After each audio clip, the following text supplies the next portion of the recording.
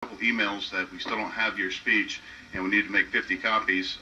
When you get here, you can make them yourself, or we can make them for you. I didn't have a speech prepared. To me, I kind of speak off the cuff, and that's the way I handle my law practice. That's the way I handle being the district attorney now. I've been the district attorney in Warren County now for 3.5 years, and I'm seeking re-election this year. And fortunately, a week and a half from now, no one is running against me as of yet, so it looks like I'm going to be doing pretty good. But this is a matter of public safety. That's the key. When you can increase over 2,000 law enforcement officers with the stroke of a pen or with a vote, at no cost to the taxpayers, I don't know what I'm missing. Sir, not to interrupt you, but could you pull your microphone up just a little bit? They are broadcasting. I understand it's on PCN right now, so okay. Just so the listening audience can you hear me now? Yes, sir. All we right. could hear you, but I'm not sure if the TV audience Hear could. me out there. Thank you. Yeah, and I think public safety is the absolute issue. Like I was saying, if you can increase the law enforcement officers across the Commonwealth by 2,000 plus 2,500 law enforcement officers with the stroke of a pen, it doesn't make sense not to. I do have some notes that I took, so I'm going to put my glasses on, which make me look about 20 IQ points smarter. So we got that. Last night it came to me. Last night when we came in, checking into the hotel, the lady was driving a big tour bus, and she came by, and there's about 15 sheriff deputies of the elected sheriff standing out front, and we're standing out there, and she walks by and says hello, and the sheriffs were talking to her about, what we're here for. We're here for this, we're sheriffs and that kind of thing. And I was just standing there, and she went in, and she's getting her luggage, and I started to walk to my room, and she stopped me, and she said, can I tell you something for a second? And can I bother you just for a second? I said, sure. She goes, I just want to thank you for what you do. Now, she thought I was a sheriff, so I, instead of correcting her, just said, well, you're welcome. I really appreciate you saying that. And she goes, no, I really mean that. I really appreciate what you do. Most of the civilians in the Commonwealth have no idea that sheriff deputies do not have law enforcement powers. I can say this with fact because I've addressed this issue. When I was elected the district attorney of district attorney of Warren County, I wanted this to be an issue. I've talked with the sheriff. Larry Kopko was the sheriff of Warren County, which somewhat started this with Kopko versus Miller. And I've made this I'm really glad this is here because I've made this a point to make sure to address this issue. And when I talk to groups that I talk to, mainly about drugs or something along those lines, talking to parents of teenagers, at least 80 to 90% of them have no idea that sheriff deputies are not law enforcement officers. And I think if they did know, that should affect your decisions on see what they think. I'm in a rural county, and we're a very large county geographically. It probably takes, if you're running code, 30 to 45 minutes, the soonest you're going to be able to get from one side of the county to the other. On any given night, even on the weekends, there's probably one Pennsylvania State Police patrol car patrolling the entire county.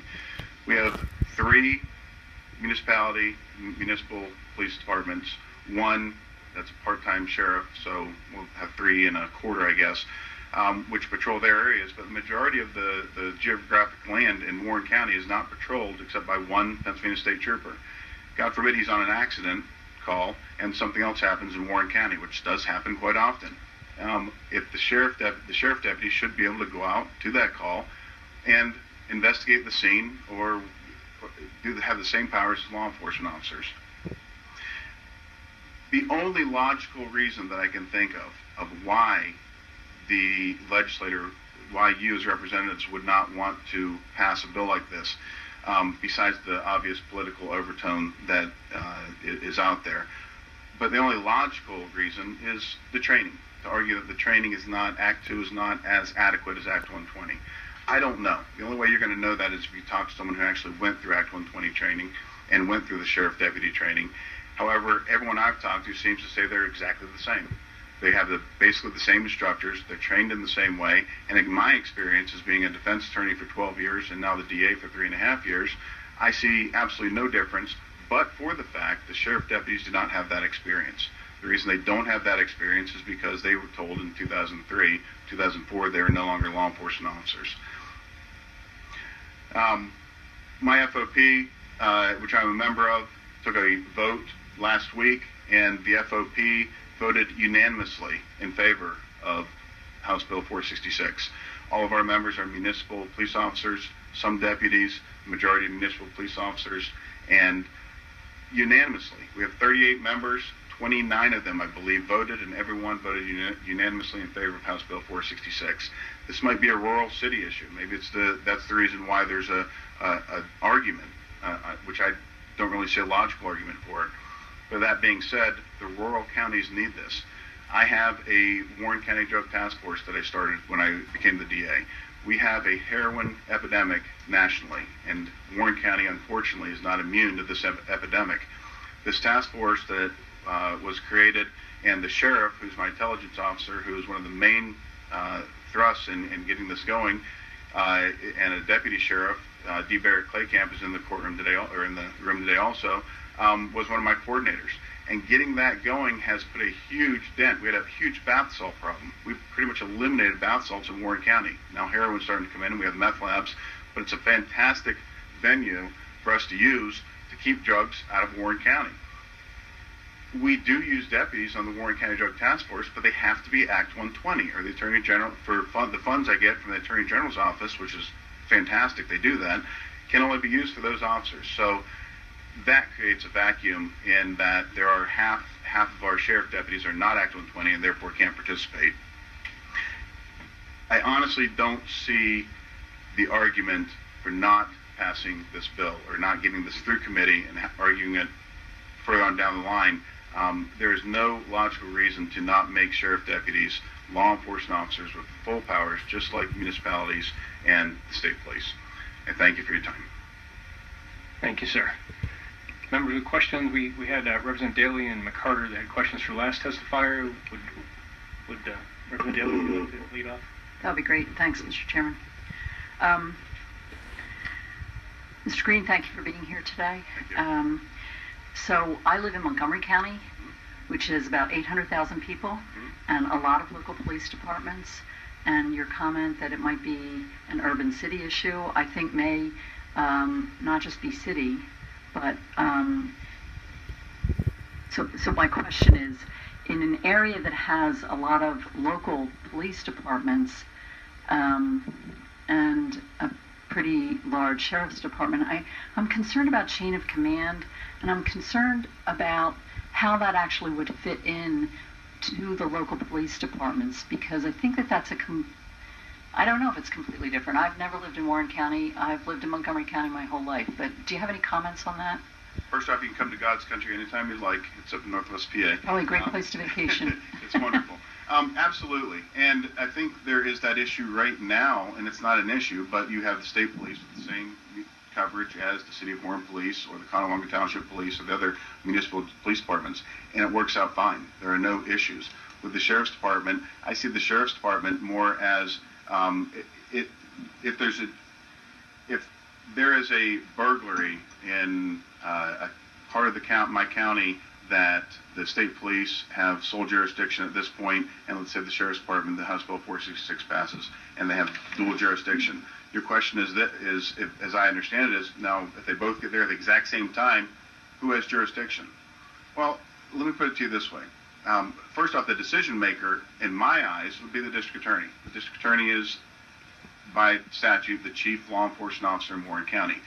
I've never been to Act 120 school or Act 2 school or know anything about law enforcement, but what I've seen, I was in the Army, but other than that, I appreciate you've anointed me the chief law enforcement officer in Warren County.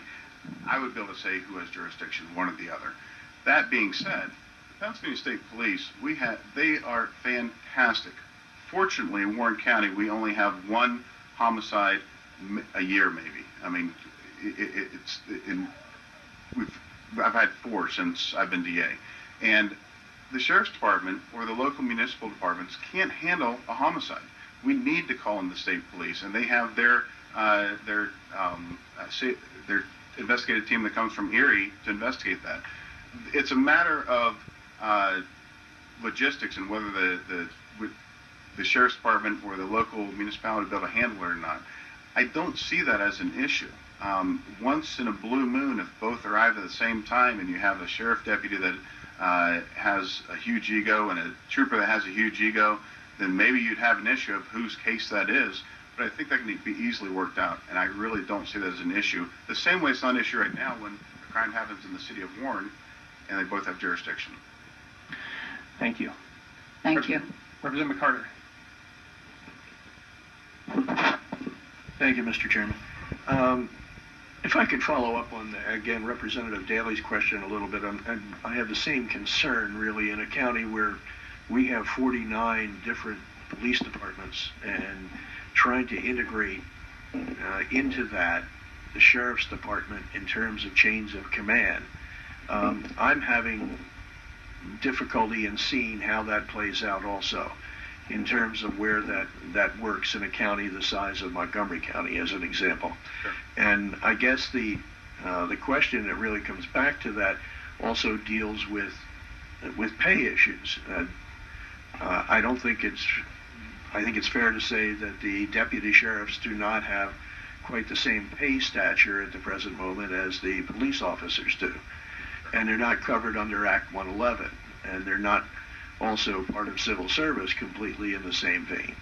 So would this trigger all those changes in terms of, number one, becoming part of civil service, number two, Act 111, and seeing obviously the pay raise also doing the same job categorization that we're talking about, would have implications, far-reaching implications for many of the counties, larger counties in particular, which would have major budgetary issues, I think, as a result of that.